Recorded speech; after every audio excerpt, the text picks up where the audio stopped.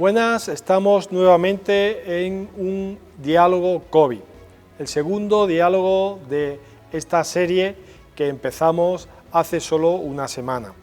Contamos hoy con un invitado especial, un invitado muy relevante por su categoría profesional y por su alto nivel científico. Hoy contamos con el profesor Antonio Alonso, que desde el año 1985 que regresó de Inglaterra, se ha estado ligado al Hospital Regional Universitario durante muchos años en el servicio de inmunología, donde ha llegado a ser su jefe de servicio. El profesor Alonso es también catedrático de inmunología de la Universidad de Málaga y también profesor titular de la Universidad de Londres. Es todo un experto, un referente nacional en la especialidad de inmunología. Por tanto, seguro que van a estar ustedes encantados con este nuevo diálogo COVID. Bienvenido, doctor Alonso. Muchas gracias por esa presentación tan generosa. Muchísimas gracias por acudir a este llamamiento del Ilustre Colegio Oficial de Médicos de Málaga para acercar tanto a nuestros compañeros como a la sociedad en general algunos aspectos relevantes de la pandemia por COVID. Nuestro interés siempre en estos diálogos es arrojar luz a aquellas regiones donde hay un claro oscuro y donde seguro que de mano de la ciencia y de su experiencia podremos ayudar, ya digo, tanto a nuestros compañeros como a la sociedad en su conjunto. La primera pregunta que le quiero hacer, el COVID, la pandemia de COVID, ha venido como un tsunami a nuestra sociedad, nos ha golpeado, nos sigue golpeando muy fuerte. ¿Estaba nuestro sistema inmune preparado para enfrentarse a este terrible virus? Buena pregunta. Primero quiero poner de manifiesto a la audiencia que esta respuesta y alguna otra más la voy a acompañar de imágenes, porque comprendo que la inmunología es una ciencia un poco dura si no se maneja frecuentemente, y quizá con estas imágenes pues la puedan comprender mejor. Creo que hablar de inmunología es un terreno muy resbaladizo y olvidadizo, y a mí me gusta, más que hablar de mecanismos inmunológicos, por lo menos ahora para empezar, esclarecer un poco cuál es la estrategia de nuestra especie para defenderse, la estrategia del sistema inmune. Y la estrategia del sistema inmune la tengo ejemplificada en esta primera figura, en la cual se muestra cómo la médula ósea es la fuente de donde nacen nuestras células de defensa, lo que yo llamo los soldados de defensa. Se producen todos los días muchísimos millones de soldados y esos soldados pueden reaccionar contra cualquier cosa. Tengo que decir que somos capaces de producir 10 elevado a 18 soldados diferentes. Es un 1 seguido de 18 ceros. Es decir, nosotros tenemos soldados para reconocer cualquier cosa en cualquier lugar del mundo y también para reconocer algo que todavía no existe. Por ejemplo, algo que se sintetiza de nuevo en un laboratorio. Ese es el potencial que tenemos. ¿Cuál es el gran dilema que tiene nuestro sistema inmunológico? Que tiene que luchar contra todo lo habido y por haber, pero al mismo tiempo tiene que respetar nuestros propios componentes. Digo que se entiende de esta manera mejor porque ahora tengo que poner de manifiesto que existe un centro de aprendizaje o de entrenamiento que es a donde van esas células inmediatamente que salen de la médula ósea, que es el timo. El timo. El timo. En el timo, esos soldados o esas células, si reconocen algún componente propio, son eliminados. Y por tanto solamente saldrán a nuestra circulación y a nuestro cuerpo aquellas que no hayan reconocido ningún componente propio. Y ahí para que no hagan daño al propio organismo. Así se entiende muy bien, por ejemplo, las enfermedades autoinmunes. Si un soldado que reconoce componentes propios no es filtrado en el timo y se escapa a la circulación, obviamente va a organizar o va a ser el responsable de que se produzca una enfermedad autoinmune. Y existen más de 100 enfermedades autoinmunes distintas responsable el mecanismo este que acabo de decir, la diabetes, la artritis reumatoide, en fin, no voy a nombrar. Por tanto, sí podemos afirmar que nuestro organismo tiene capacidad de enfrentarse también al COVID-19. Por supuesto. Y ahí, hombre, yo me gustaría, como primer punto de partida de esta pequeña entrevista, dar un tanto de tranquilidad a la gente, porque hablamos de la vacuna, hablamos de tantas soluciones, y la solución es nuestro sistema inmunológico. Me podrán decir que es mejor o peor, pero con nuestro sistema inmunológico hemos llegado hasta nuestros días. Luego no es tan malo. O sea que tenemos un sistema inmunológico que le podemos decir a nuestros televidentes, a todas las personas que nos están viendo, que tenemos que depositar también la confianza en él. Porque al final, ¿cómo organiza nuestro cuerpo la defensa frente a este virus, ¿no?, que usted nos dice? Bueno, para eso tengo esta otra pregunta, porque nuestro sistema de defensa está escalonado. Yo he representado ahí una imagen en la que se ve una zona a la que entra el virus, la nariz, la boca, más o menos. Y ahí inmediatamente, nada más llegar, en cuestión de minutos, ya se monta una respuesta contra el virus que se llama respuesta inmune innata. Es un tipo de respuesta que lo tienen todos los seres vivos, incluidos las plantas. Toda la escala zoológica tiene ese tipo de respuesta. Es muy rápida y además existe desde que el mundo es mundo. Es decir, se ha perfeccionado durante millones y millones de años y ya no tiene resquicios, no tiene fallos, funciona perfectamente. Funciona casi automáticamente. Efectivamente, y además es inmediata, es la que se llama respuesta inmune innata. Es que además el entender que hay varios escalones de defensa nos permite explicar muchas cosas que pasan con el coronavirus. Porque la gente me llama o me dice, ¿cómo es posible que yo tengo anticuerpos si nunca he estado malo? Claro, la respuesta inmune innata ha terminado tu infección rápidamente y tú has seguido el curso de la respuesta inmune y al final has acabado con anticuerpos. Por eso no has tenido una clínica aparente, pero tienes una respuesta, porque la respuesta inmune innata se ha cargado el virus rápidamente. ¿Qué ocurre si nosotros no somos capaces de liquidar totalmente el virus con la respuesta inmune innata localmente? Lo que ocurre es que existen unos chivatos, que hoy ya sabemos que se llaman células dendríticas, que cogen el virus en la garganta, lo trituran y lo llevan a los órganos linfoides regionales más próximos, que son, como sabemos, la cadena ganglionar del cuello. Es la que exploran todos los pediatras cuando un niño tiene algún problema de oído, de garganta y tal, porque esos ganglios se ponen grandes, duelen, en fin, se ponen tumefacientes y molestan. Y allí se monta la otra respuesta. Es una respuesta mucho más joven, la tenemos hace unos miles de años, y por tanto no ha tenido tiempo de perfeccionarse tanto como la otra. Es súper sofisticada, ya veremos cómo funciona maravillosamente bien, pero de vez en cuando comete errores. Es la diferencia que hay entre un martillo y un ordenador. El martillo es la respuesta inmune innata. No le pidas maravillas, pero nunca se estropea. Sin embargo, la respuesta inmune adquirida es compleja como un ordenador y por tanto de vez en cuando comete un error. Sin una o sin otra, nosotros no estaríamos aquí, porque las dos funcionan de forma conjunta. Así se estratifica nuestra respuesta, ¿no? De alguna forma, nuestra defensa, ¿no? Efectivamente, tenemos estratificada nuestra defensa. Primero, respuesta inmune innata y después adquirida. Aquí tengo una imagen de lo que ocurre con la respuesta inmune innata. Ahí se ve un grupo de células, hay que imaginarse que ese es el fondo de nuestra garganta, ha llegado el virus.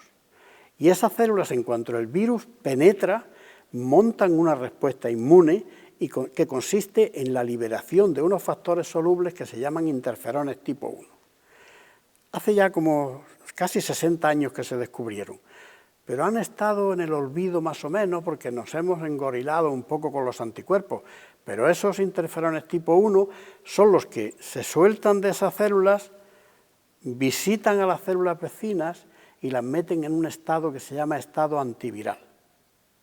Es decir, hay unas células infectadas, le mandan el mensaje a las células vecinas y esas células vecinas entran en el estado antiviral, que significa lo mismo.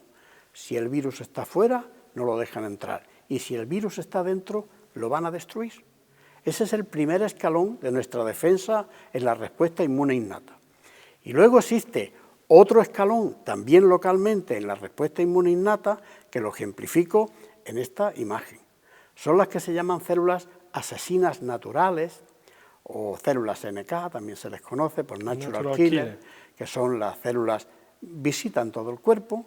Tenemos como circulan por la sangre y los tejidos. Allí donde puede haber un enemigo están las células NK. Están presentes. Están presentes. Y esas células NK tienen la característica de que son capaces de reconocer a células que están infectadas y atacarlas, pero no atacan a células que no están infectadas por virus.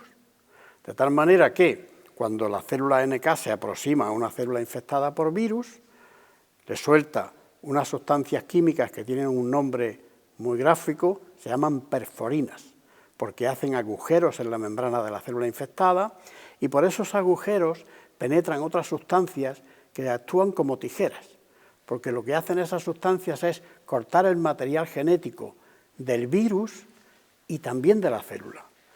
Ese sistema no puede ser más expeditivo. Tengo una célula que tiene virus dentro, no sé qué hacer para librarme del virus, pues mato al virus y mato a la célula. Y de esa manera también podemos explicar algunos fenómenos que ocurren en la enfermedad esta, porque las personas pierden el olfato. ¿Por qué pierden el olfato? Claro, es que hay que entender por qué se puede perder el olfato.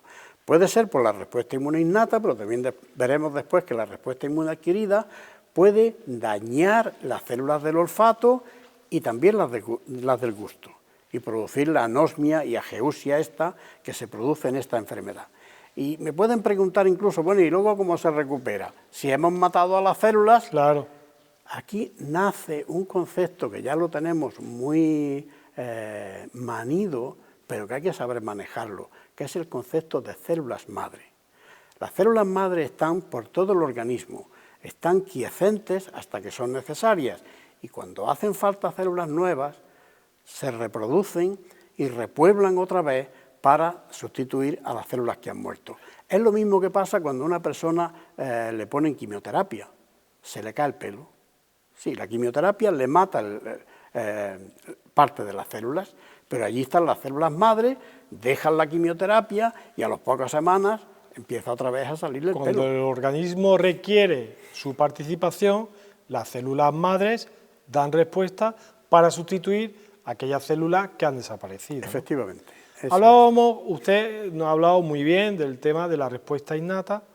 Vayamos a la respuesta ahora adquirida, ¿no? Efectivamente. La respuesta inmune adquirida, ya he dicho que existen como unos chivatos que lo llevarían desde el fondo de la garganta o donde esté el virus a los órganos, concretamente los ganglios linfáticos más próximos. Tenemos una gran cadena ganglionar en el cuello, en las axilas, en las ingles, en aquellos sitios en los cuales pueden progresar los gérmenes. Es decir, un germen que penetre por cualquier sitio del brazo tiene que pasar necesariamente por la axila. Y lo mismo decimos de la pierna. Hay cantidad de ganglios en el intestino, etc. No vamos a entrar en eso. ¿Qué ocurre? Que estas células dendríticas que han captado el virus en la garganta lo trocean sus proteínas y se lo enseñan a dos células muy importantes que van a encontrar en el ganglio.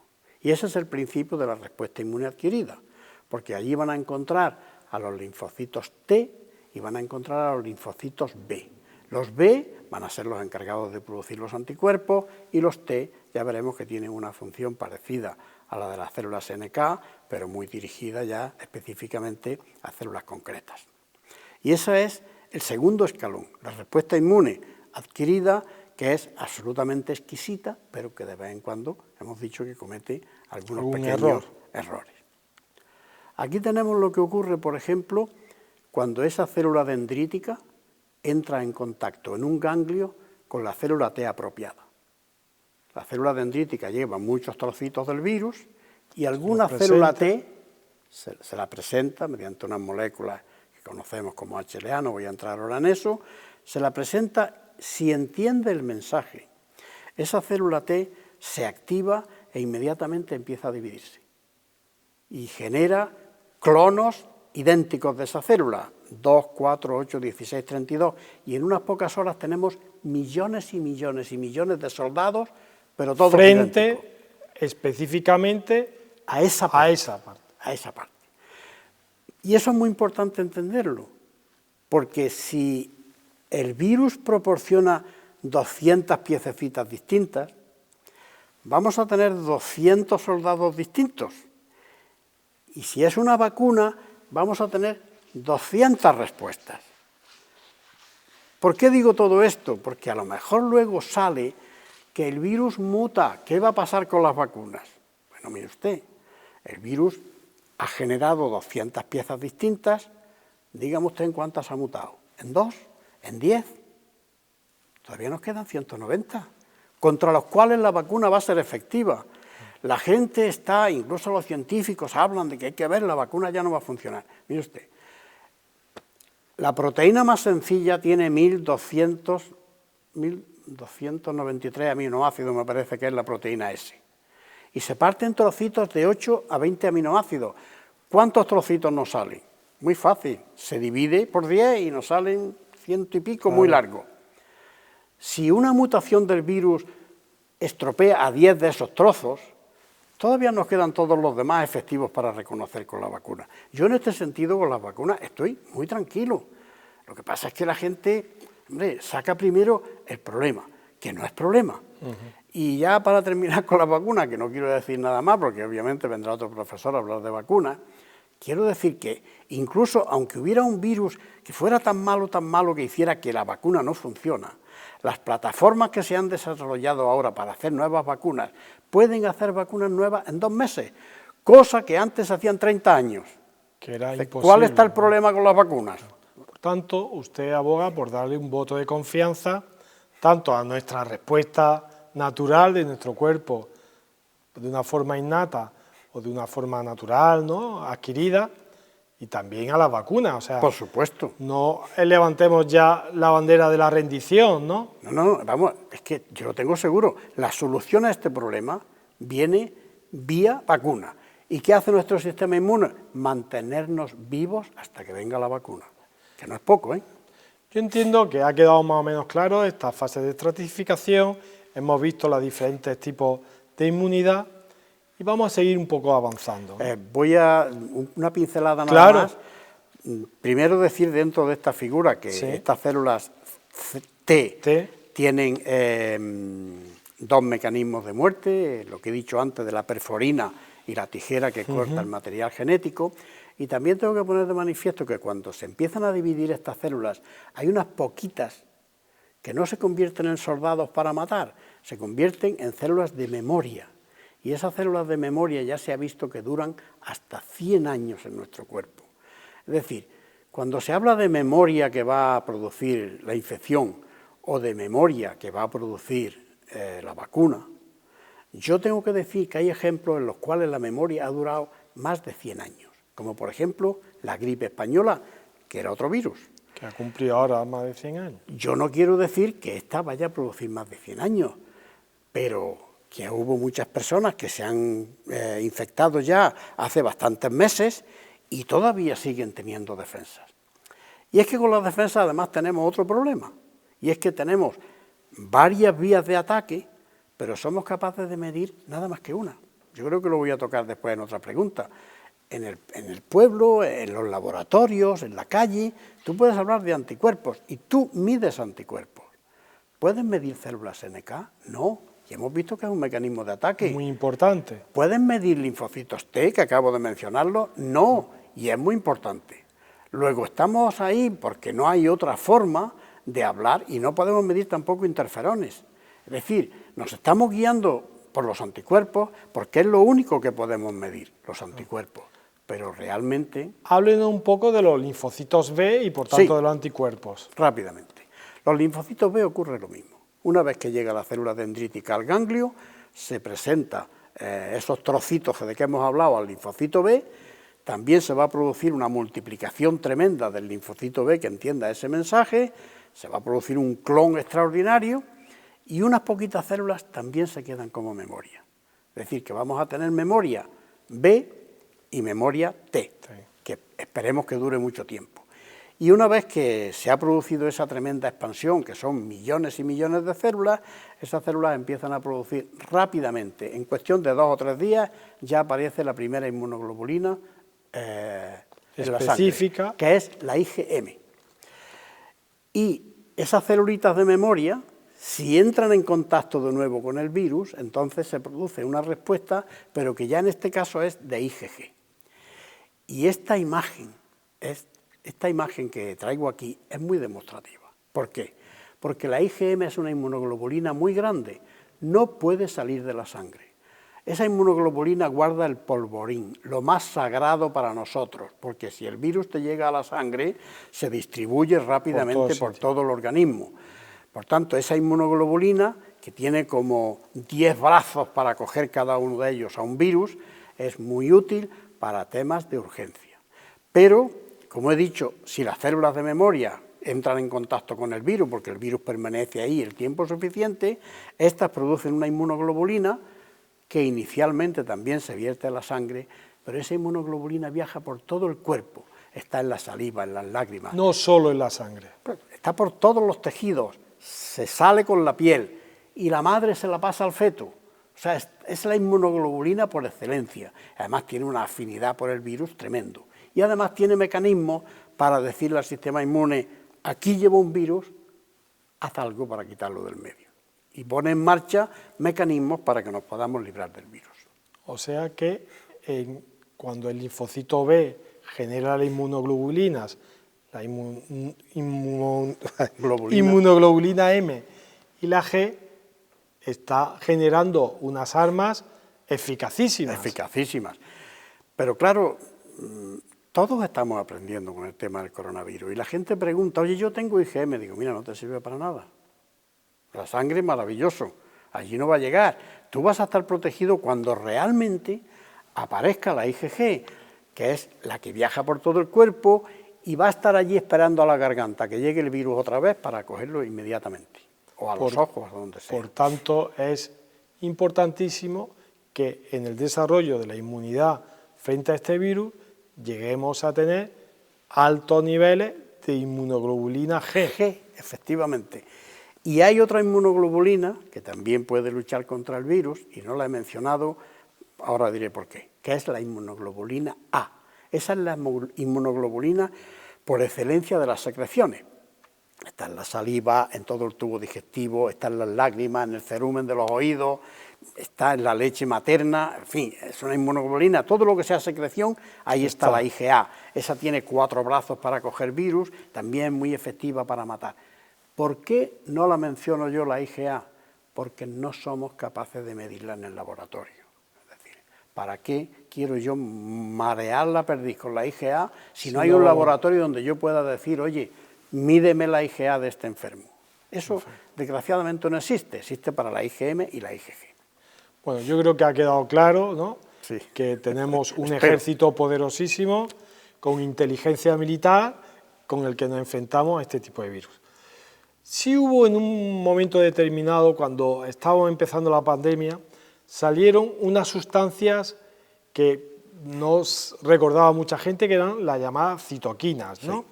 Sí. Y decían mucho, y hablaban de autoinmunidad incluso, que uno de los problemas por qué unas personas estaban sufriendo más con el virus que otras, era porque tenían relación con la tormenta de citoquinas. Háblenos usted un poco de eso. Vamos a ver.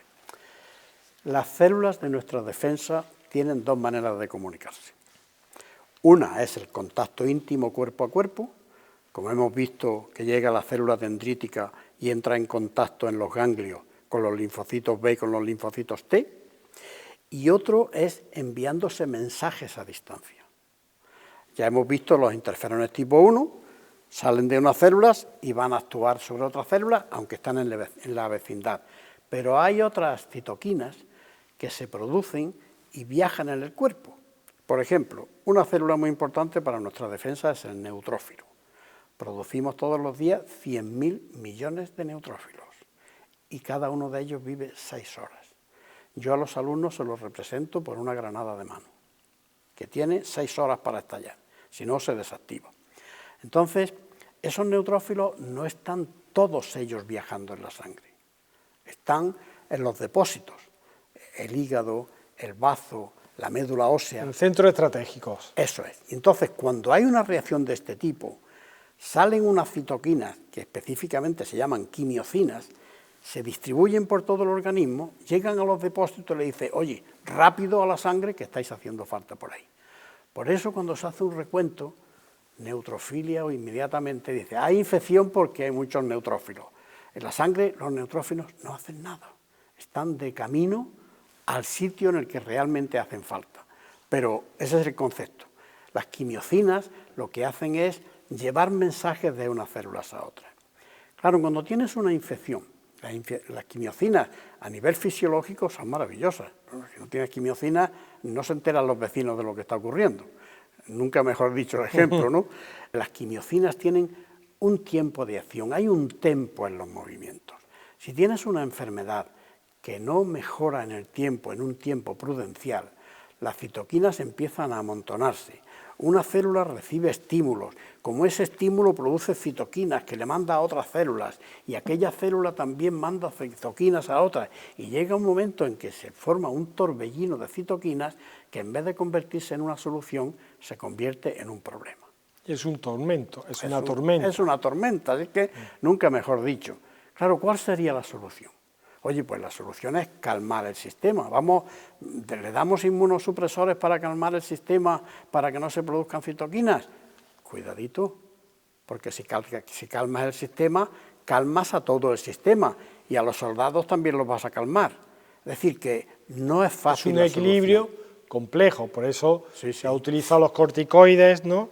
Que son fármacos que es como para modular la respuesta inmune. Es decir, cuidado que no llegue esto, que se la vaya. Podemos modular, no podemos anularla, porque entonces, claro, el virus actuaría a sus anchas.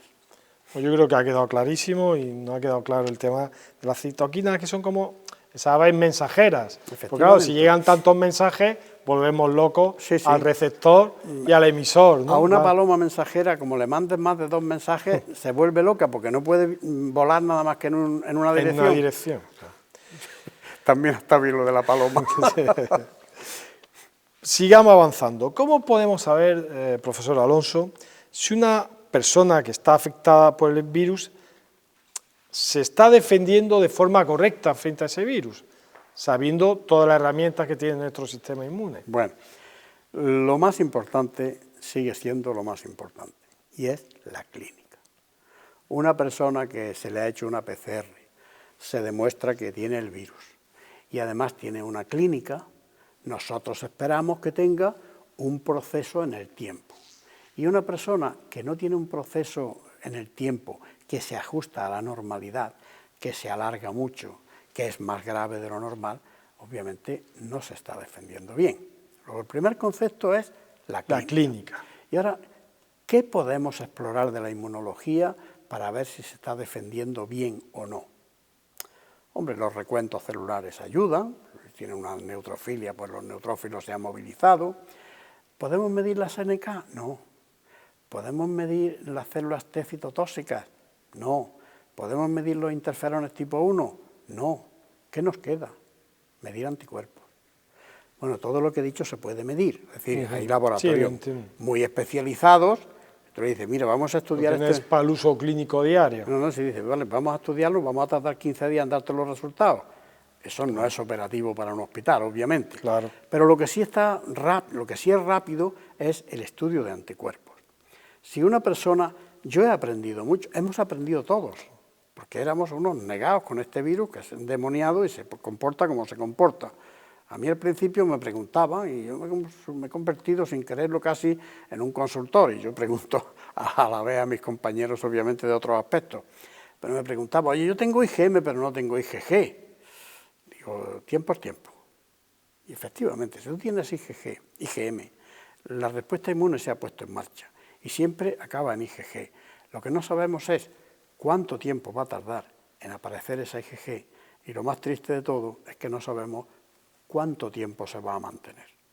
Y no lo vamos a saber hasta que no pase el tiempo, es decir, todas estas pruebas tienen que pasar lo que se llama la prueba del tiempo. Mira, si el enfermo más antiguo lleva 1 año, Podemos hablar un año, todo lo que hablemos de un año para adelante son suposiciones. Son suposiciones. Y por tanto, la IgG, es nuestra gran esperanza de que se mantenga en el tiempo. Aunque tengo que decir que enfermos en los cuales se ha decaído significativamente la IgG se defienden perfectamente del virus, lo cual quiere decir que los otros factores que no podemos medir, por ejemplo, los linfocitos T citotóxicos, están funcionando maravillosamente bien.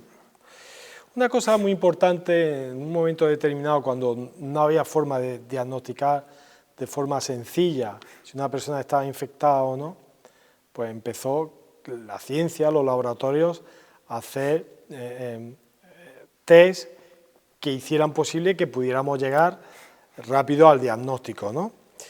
¿Usted cree que se ha respondido de forma aceptable poniendo a disposición rápido diferentes tipos de test para saber en un momento determinado en qué fase del proceso de la infección por COVID estábamos, si estábamos infectados? Bueno, pues a esa pregunta tengo que responder sí y no. ¿Por qué? Porque el dinero es muy malo y hay muchos laboratorios que se han tirado a la piscina a hacer técnicas rápidas para hacer diagnóstico, por ejemplo, de anticuerpos, de antígenos, y hay muchísimos que o no han funcionado o han funcionado de una manera muy deficiente. Por tanto, lo que sí hay actualmente son un par de técnicas que son muy fiables, que son la PCR, que hay que saber interpretarla. Tengo que decir, hacer un pequeño paréntesis, claro. Y es que todas estas técnicas hay que saber interpretarlas. Yo a mis compañeros los admiro, porque yo he estado interpretando técnicas en la sombra, que es muy cómodo. No, ellos han tenido que estar con el enfermo delante interpretando técnicas y clínicas que no sabían porque no había experiencia en este caso. Y yo no sé si realmente se le está reconociendo ese gran mérito de tratar con lo desconocido. Entonces, por ejemplo, una técnica que está muy bien establecida ya, que se descubrió hace bastantes años y es tremendamente específica, es la PCR. Tengo que decir que en la PCR hay falsos negativos y falsos positivos. Por eso hay que saber interpretarla. En mi casa, sin ir más lejos, pues una hija mía tuvo una clínica sospechosa, le hicimos una PCR y fue un falso positivo. Por una técnica, creo que defectuosa o por algún motivo fue un falso positivo.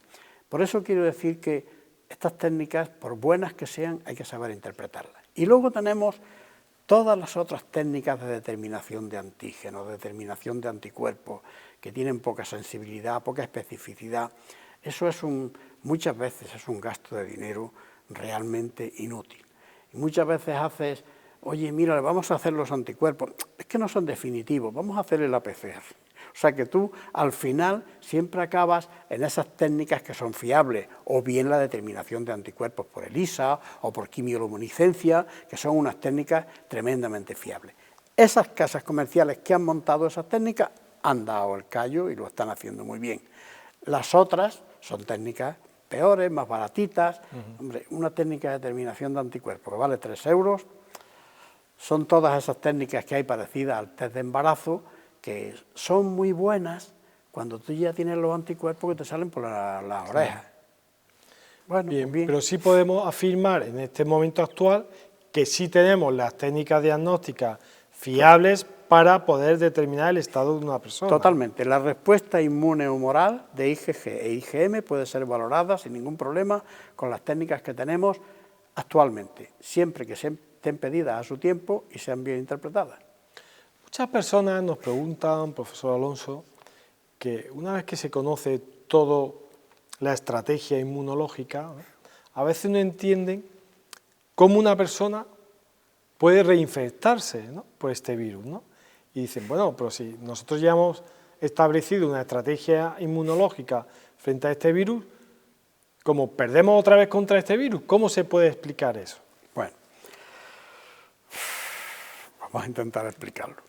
Sí, todos estos temas son muy complejos y estamos intentando lo primero que tengo que decir es que son muy pocos casos. Y por tanto, si son muy pocos casos, no representan un problema. Representan un problema para el individuo, pero desde el punto de vista sanitario, que haya habido 200 casos en el mundo de reinfecciones, no es un problema, obviamente. ¿Qué puede haber detrás de las infecciones? De las reinfecciones hablamos, ¿no? Pues hay un virus que produce reinfecciones, que es el virus del herpes, porque se queda enclaustrado por ahí en algún sitio escondido. Queda acantonado. Acantonado por ahí en el organismo y sale de vez en cuando y tiene la pupita en la... no porque ha llegado el virus de nuevo, sino porque por un mal rato, un examen que te han suspendido, ha salido el virus de su escondite y te ha producido otra vez la sintomatología. No parece ser que este sea el caso, que este virus pueda acantonarse por ahí y salir de nuevo. Más bien puede ser porque probablemente la respuesta, el ataque primero fue tan tímido que no ha llegado a producir una respuesta suficientemente intensa. Parece ser que en líneas generales la segunda respuesta es más leve que la primera, lo cual quiere decir que alguna reminiscencia ha quedado de la primera para que la segunda sea más benigna. Hay también incluso a eso algunas excepciones, que una señora murió de una reinfección por el virus. Y también es verdad que suele ocurrir en personas mayores. Y las personas mayores tienen unas características muy especiales, pero me parece que de eso voy a hablar en otro apartado quizás, sí, para no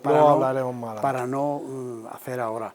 Básicamente no se sabe, pero puede ser debido a que realmente la primera respuesta no fuera tan proporcionada como necesitaba. En el otro extremo están precisamente las personas que claramente han estado infectadas, pasado bien, pero han sido asintomáticos. ¿Por qué han sido asintomáticos? Bueno, eso se descubre cuando se hace una PCR y sale positiva, de buena a primera. En esos cribados que se hacen, coge a un señor que va por la calle y mire, le vamos a hacer una PCR a ver qué tal, y le sale positiva. Bueno, realmente ya queda un poco claro que no ha sido tan asintomático como parece. Es decir, puede no haber tenido esa sintomatología florida, que tenemos extraordinaria, pero si te lo llevas a un hospital y le haces una buena radiografía, a lo mejor te encuentras que ya hay está tocado el pulmón. Es decir, que es asintomático a lo grande, pero no cuando lo miras ya con lupa. Siempre hay alguna sintomatología. Estoy totalmente de acuerdo porque yo veo pacientes con COVID, pacientes que han pasado el COVID, y todos aquellos que dicen que son asintomáticos realmente, cuando uno lo historia y tiene alguna prueba de imagen, no han sido realmente tan asintomáticos, ¿no? Es verdad que con la expresión que usted ha utilizado, han sido asintomáticos a lo grande, no le han pasado grandes cosas, han podido medio salir de la situación, ¿no? Pero asintomáticos, realmente parece que no hay muchos. Es maravilloso que ellos piensen que son asintomáticos. Mejores. Sabemos, profesor Alonso, que los niños no sufren los cuadros tan graves como las personas adultas, incluso los ancianos, ¿no? Y muchas personas se preguntan si eso también tiene que ver con la inmunidad, como decía antes, ¿no? Bueno, para poder responder esta pregunta y que lo entienda la audiencia, creo que tenemos que imaginarnos cómo se defiende un niño y cómo se defiende una persona anciana. El niño está recibiendo permanentemente cantidad de soldados, linfocitos de su médula ósea, que es donde se producen, y van pasando por el timo, y todos aquellos que reconocen algún componente propio mueren, y los que no reconocen ningún componente propio salen a la circulación sin saber ni siquiera contra quién van a reaccionar. Pero si un niño recibe en esa situación, recibe al coronavirus, seguramente va a encontrar 100, 200, 300 células que pueden reconocerlo y cada una de esas células se activará, empezará a producir multiplicación de ella misma, es decir, tiene una respuesta muy florida. ¿Por qué? Porque el niño no ha padecido batallas todavía inmunológicas, es decir, es virgen y tiene todos los soldados listos para la batalla. Está el ejército fresco. Efectivamente. Vamos a imaginarnos ahora a un señor de 90 años. Si nosotros fuéramos capaces de mirar en su sangre o en su cuerpo qué tiene este señor, nos encontraríamos muy pocos soldados, pero muchas células de memoria. Porque este señor ya ha padecido tantas batallas inmunológicas que ha ido gastando sus soldados en las batallas esas. Y por tanto, soldados vírgenes para luchar contra cosas nuevas le quedan muy pocos. Y si le llega el virus a ese señor, resulta que no va a tener savia fresca para montar una buena respuesta.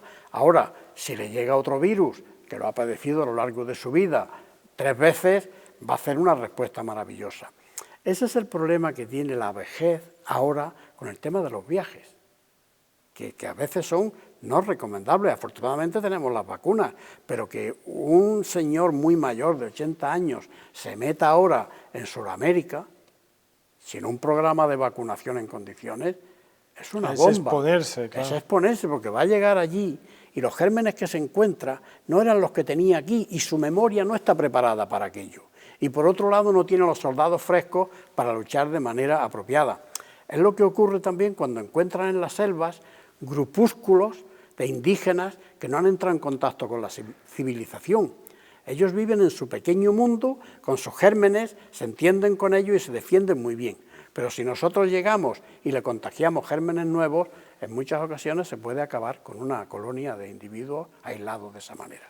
Por tanto, la inmunidad ha tenido mucho y sigue teniendo mucho que ver. Muchísimo. Claro.